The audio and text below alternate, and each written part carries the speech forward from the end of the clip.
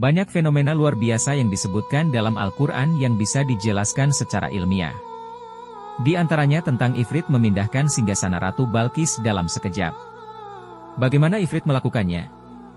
Mengapa jin punya kemampuan super?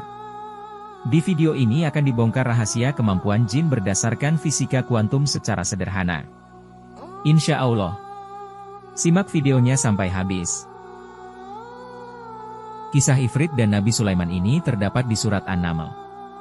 Saat itu, Nabi Sulaiman ingin memindahkan singgasana Ratu Bilqis di Yaman, ke istananya di Palestina. Dia bertanya kepada seluruh umatnya siapa yang sanggup melakukannya dalam waktu singkat, lalu Ifrit menjawab, kemudian berkata Ifrit dari golongan jin, aku akan membawakan singgasananya kepadamu sebelum engkau berdiri dari singgasanamu. Dan sesungguhnya aku adalah orang yang sangat kuat dan dapat dipercaya. Jarak istana Ratu Balqis, di Yaman, dan istana Nabi Sulaiman di Palestina adalah sekitar 2000 km. Ifrit mampu menempuhnya pulang pergi dalam waktu cepat. Bagaimana dia melakukannya? Pertama, kita pahami dulu karakter bangsa jin. Jin adalah makhluk tak kasat mata, biasa disebut makhluk halus, dan hidup di dunia atau dimensi yang berbeda dengan kita. Mereka tak bisa dilihat manusia, tapi mereka bisa melihat manusia. Perhatikan surat Al-A'raf ini. Sesungguhnya dia, iblis, dan pengikut-pengikutnya melihat kamu dari suatu tempat yang kamu tidak bisa melihat mereka.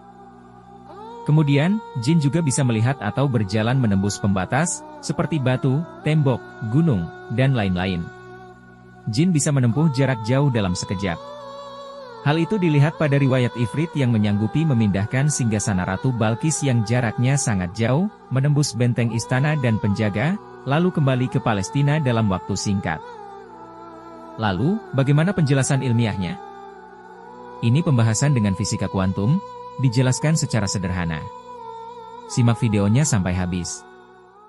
Madu menjadi salah satu obat paling mujarab, insya Allah. Kami sedia madu ternak dan madu hutan, yang dihasilkan oleh lebah dari nektar bunga asli, bukan dari gula yang dimakan lebah. Proses higienis, kemasan praktis dan modern. Garansi uang 1 juta rupiah, bila terbukti madu kami tidak asli. Terbaik, madu kelanceng, dari lebah trigona. Hubungi. Dalam fisika kuantum, ada yang disebut string theory. Menurut teori ini, alam semesta disusun oleh 10 dimensi ruang dan 1 dimensi waktu.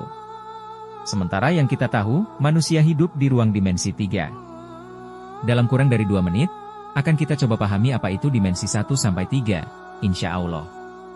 Pertama, dunia dimensi 0, atau 0D. Hanya berupa titik. Tak punya sumbu atau arah gerakan. Tak banyak yang bisa diceritakan dari sini. Kedua, dunia dimensi 1, atau 1D. Dimensi ini berupa garis, makhluk di dimensi ini hanya bisa bergerak satu sumbu, misalnya kanan atau kiri, tidak bisa arah lain. Bila ada 3 objek, yaitu makhluk A, dan makhluk B, lalu ada tembok di antara mereka, maka, makhluk A dan B, tak bisa berjalan melewati atau menembus tembok. Selain itu, makhluk A tak bisa melihat makhluk B, demikian juga sebaliknya. Lalu, dunia 2D, berupa bidang datar, hanya bisa bergerak 2 sumbu, misalnya, kanan kiri dan utara selatan. Tapi, dalam dunia 2D tidak mengenal atas atau bawah seperti 3D. Makhluk di 2D bisa mengamati secara lengkap, dan menyeluruh, tentang dunia dimensi 1, tapi tidak sebaliknya. Keempat, dunia 3D. Ini dimensi di mana manusia hidup. Dalam dimensi 3, kita bisa bergerak pada 3 sumbu, yaitu kiri kanan, utara selatan, dan atas bawah. Makhluk dimensi 3 bisa mengamati secara lengkap, dan menyeluruh, dunia 2 dimensi atau 2D dan dunia 1D, tapi tidak sebaliknya. Makhluk 3D seperti kita, bisa melihat secara lengkap, bahwa di dunia 2D ini ada 3 objek, yaitu bocah laki-laki, bocah wanita, dan tembok. Tetapi, baik bocah laki-laki, maupun bocah wanita, tak bisa melihat satu sama lain, karena terhalang tembok. Sementara, kita bisa melihat semua objek. Lalu, bagaimana itu ruang 4 dimensi? Sebelum itu, kita kembali dulu ke dasar. Kita bahas dulu tentang perluasan dimensi. Dari 0D diperluas jadi 1D, 1 titik diperluas menjadi 2 titik, membentuk garis, yaitu dimensi 1. 1D menjadi 2D. 1 garis diperluas menjadi 2 garis, yang menjadi sebuah bidang datar.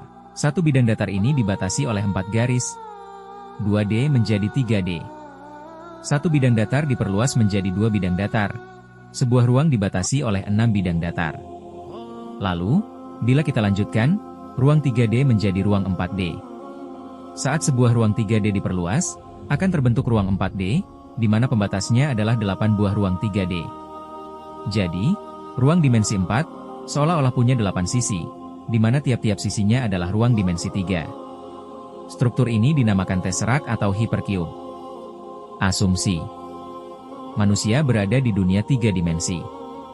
Bisa melihat dan berjalan ke arah kiri kanan, utara selatan, dan atas bawah.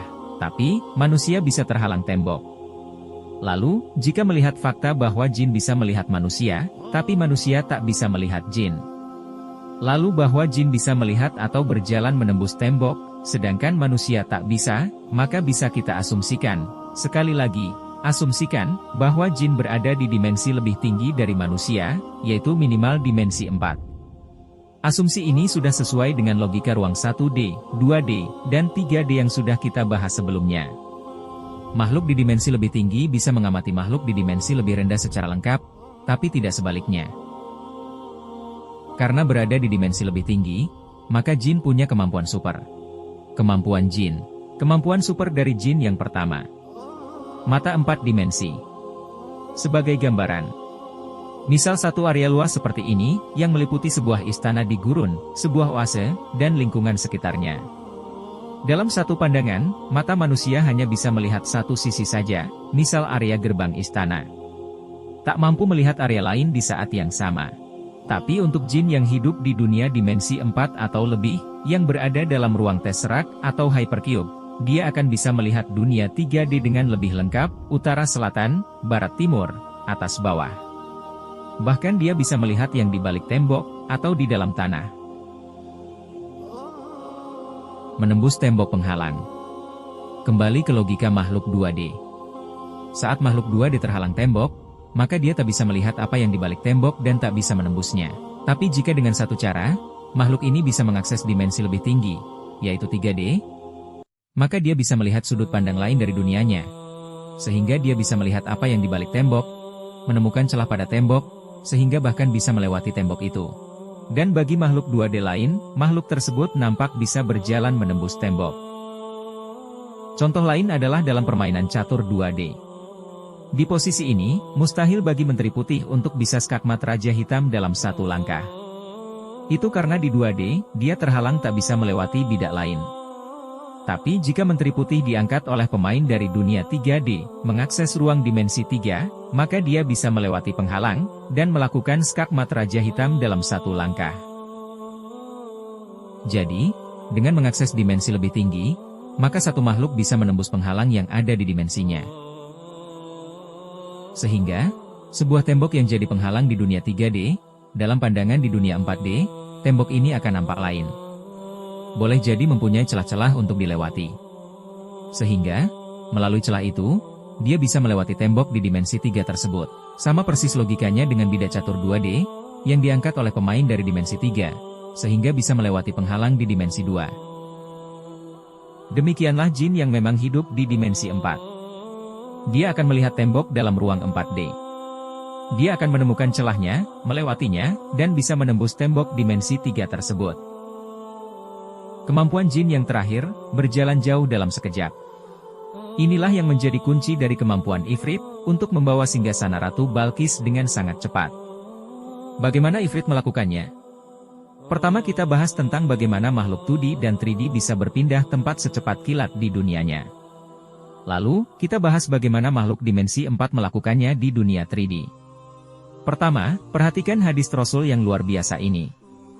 Sesungguhnya Allah telah melipatkan bumi untukku, sehingga aku bisa melihat bagian timurnya dan baratnya. Dan sesungguhnya kekuasaan umatku akan mencapai apa yang telah dilipatkan untukku darinya. Perhatikan bahwa saat itu, Rasul melihat bahwa bumi dilipat oleh Allah untuknya, sehingga bagian barat dan timur ditampakkan dalam satu pandangan. Konsep ini biasa dikenal sebagai space folding, atau melipat ruang. Bahasa ilmiah formalnya adalah wormhole. Apa itu melipat ruang? Kita contohkan, jika ada makhluk 2D akan bepergian jauh dalam sekejap, misal dari A ke B, maka dia bisa melipat ruang 2D, untuk menghimpitkan titik A dan B tersebut. Saat kedua titik sudah mendekat, maka dia bisa berpindah tempat dalam waktu singkat, bahkan instan, melalui lorong yang dibuat antara titik A dan B tersebut. Itu juga berlaku pada makhluk 3 dimensi, untuk bisa berpindah tempat jarak jauh dengan instan.